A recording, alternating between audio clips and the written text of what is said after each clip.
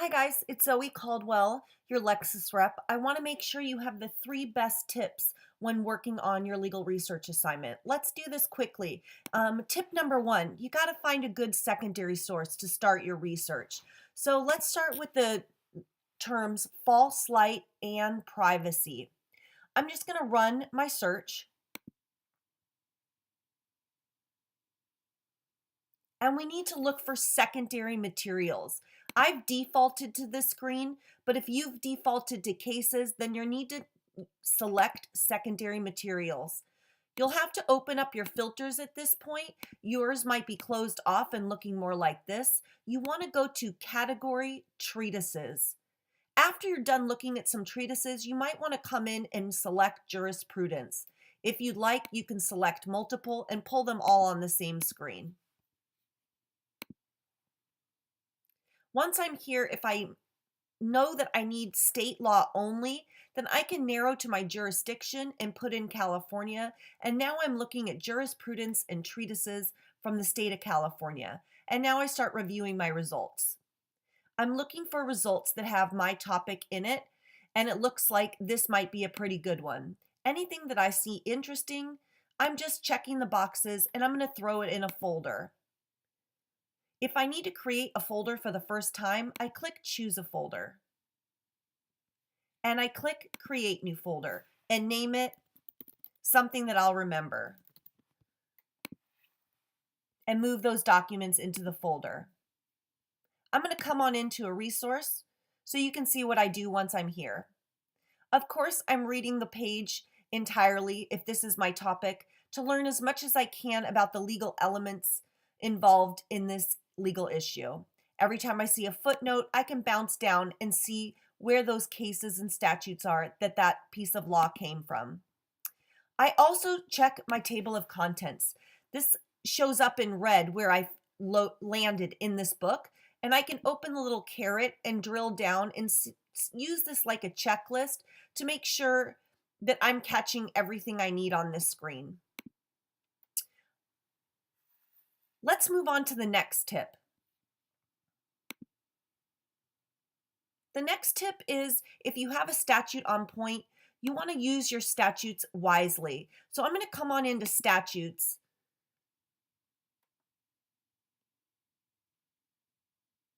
And I'm going to select codes under category. It's really important when you're in statutes to make sure that you're looking at the right jurisdiction. So I'm going to select California. Now I know I'm looking at state codes from California that talk about my terms. I'm going to come on into the first one and let's take a look. After reviewing my statute, there's a few things on this page that I want to make sure I get.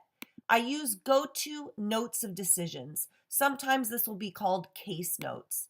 This is my table of contents to the notes, and I'm looking at sections that might be relevant to my needs. Any of these, I can bounce down and start reading further about my topic. Also, I can shepherdize my statute. Now I'm shepardizing to see all the resources that have cited this piece of law. So by doing this, I can get all the California cases that have cited this statute. And they're listed here. At this point, I could be more discerning and type in some extra terms that I want to find in these cases. So I can filter this list to particular terms in cases that cite the same statute that I need.